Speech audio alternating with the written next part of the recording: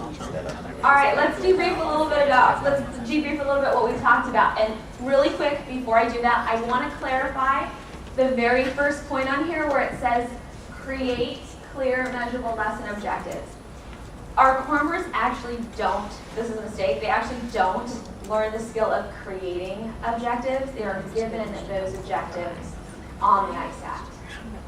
So that also has some important implications for us, especially when we're thinking about the things that they're going to need to know how to do when it comes to writing their own unit plan.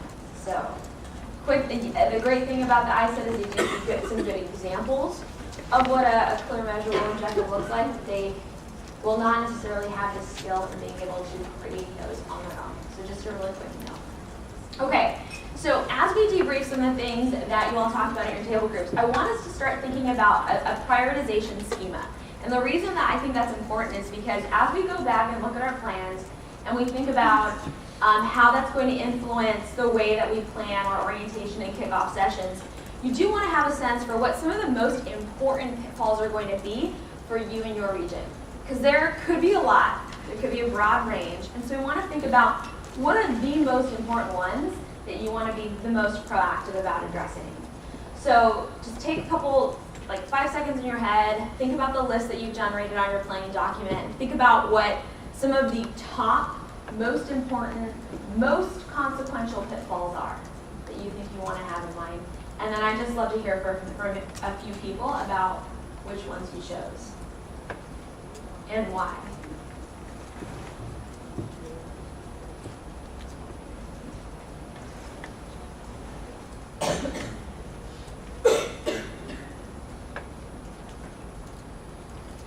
Okay, anybody want to share which ones they picked as maybe being the most consequential, the most pressing, that they want to make sure they address in their plans? Yeah, Sarah. I don't know if right now this one feels really big to me. Okay. But I feel like one of the ones we put out there was just that actually classroom management at Institute was such a struggle that maybe even in terms of what they were prioritizing for skill development stuff was actually that. And so first of all, they came out of Institute maybe not with these mindsets or skills and knowledge. So that obviously has implications for like they have a lot to catch up on that they may have missed. But also, then there's also like how are we prioritizing their development in terms of management? Knowing that has led to retention issues in our region and things like that. So. Yes, that is such an important one. I'm so glad Sarah brought that up. I'm sure this rings a bell for many of us, like this idea that I can't plan unless I have my management systems in place. And I think about myself at Institute and how I was terrible at classroom management. And that's all I wanted to think about when I left Institute, because I thought, I'm definitely not going to let this happen again. Like, this is a thing that I have to nail. And so I can see that definitely providing a big roadblock for core members when they get to our orientation and kickoff sessions, and we right away are starting to talk about our big goal and their unit plans. And all these new skills that they haven't learned how to do yet, when they're still thinking, but wait a minute, I didn't master this other stuff, and I got to make my classroom in a few weeks, and I'm really freaked out and worried about it.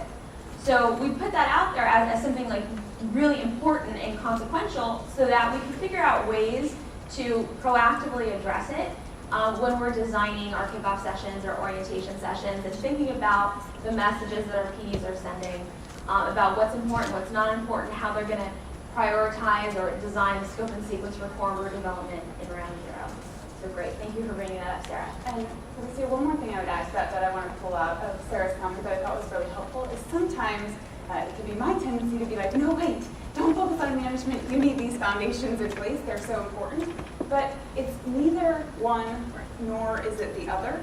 But it's actually understanding that you need the foundations. You need a clear sense of where you're headed and a plan to get there, because otherwise you may have a good management system and it will soon start to crumble when your kids realize you're directionless. But on the other hand, if you pour all of your energy into plans and don't consider that you may have had very real management challenges, then you won't have that balance either. And so it's all about striking the balance. And when we think of our ideal core member in this situation, they're the ones who realize it's not the either or, but it's figuring out how I can prioritize focusing on both things. Yeah, I think that's a great point, Katie, because I know that our core members may tend to dichotomize, like it's got to be one or the other, and I think we can use round zero as an opportunity to reinforce how the two are very interconnected. What else? What other things? Yeah. I don't think I spoke about this one, so shit.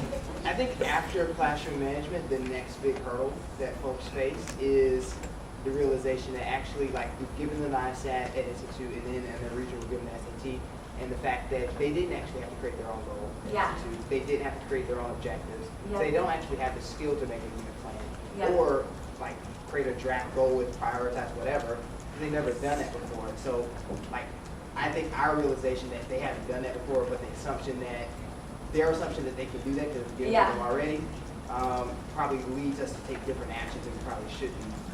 I think that's the next big hurdle. Like, how do we actually make sure we remember to build their skill to Yes. create a unit plan and backwards plan on a bigger level than what they would do. Yeah. So what I hear you saying is that we want to make sure not to assume too much, because we know that making that leap from the bite-sized daily piece to the unit level or the course level can sometimes be very tricky. We need to help core members cross that bridge very purposefully and in a guided way. That's great. Diana? And just to add on to what Sam said, I'm Diana from Baltimore, is then what happens with multi-prep core members, where it's not just I'm doing this small bite into one course, but it's actually multiple courses, and how to differentiate that path for them. Yeah, absolutely. I know when I made the realization that I was only planning for 45 minutes a day, and then I had to now multiply that times 6, it was kind of daunting. I get that. Yep. What else? Yeah. I'm Josh with Phoenix. Sam made a good point. I think that one of the reasons core members may struggle here is because they are given objectives at Institute. So and I think we all understand that a strong lesson plan starts with having a good objective, and a bad objective is inevitably going to lead to a bad lesson plan. And on day one, we throw them into a situation where I don't know how to create a good objective. So even though I demonstrated some beginning proficiency at Institute, I had a good objective doing it. Now I'm deriving my own bad objective, which means I'm deriving my own bad lesson plans.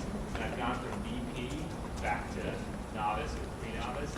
I think that's something that I'm realizing now, maybe something we need to really make sure that they're able to do is create good objectives, because if they don't, those BP lesson plans that they were churning out of Institute are no more. Yeah. It also makes me think that, it just makes me think about the importance of our online modules, because we could very easily just give core members their first unit plan with the objectives already planned out that we've vetted ourselves and that are really strong, and we might, again, miss an opportunity to teach that skill or delay doing that, or miss an opportunity to help them understand, even if those tools are there, why is it good and what does it look like? Because we know that once we turn them loose in their classroom, they may have to go back and adjust and refine those objectives or shift them around anyway. Yeah. One other quick potential pitfall I wanted to highlight as well is the mindset that planning is an act that is very complicated and time-consuming and unwieldy, and therefore I don't want to do this anymore. When we think about maybe a core member doesn't love the Institute a lesson plan template, or they feel like it took me 4 hours from 8 to midnight or 9 to 1 a.m. to create a daily lesson plan at Institute. I can't possibly imagine doing this process for the rest of my 2 years. I'm going to find an easier way to plan and create lesson plans. I'm going to bullet it in my lesson plan and my teacher planning book or whatever, and just have an easy routine with activities instead of going through the actual conceptual process of lesson planning. And I think that if our core members are walking into our kickoff sessions with that mindset, that could be a significant block in them being open to thinking about why lesson planning or unit planning is important to the level that we want them to be able to, so they can teach meaningful content from the beginning.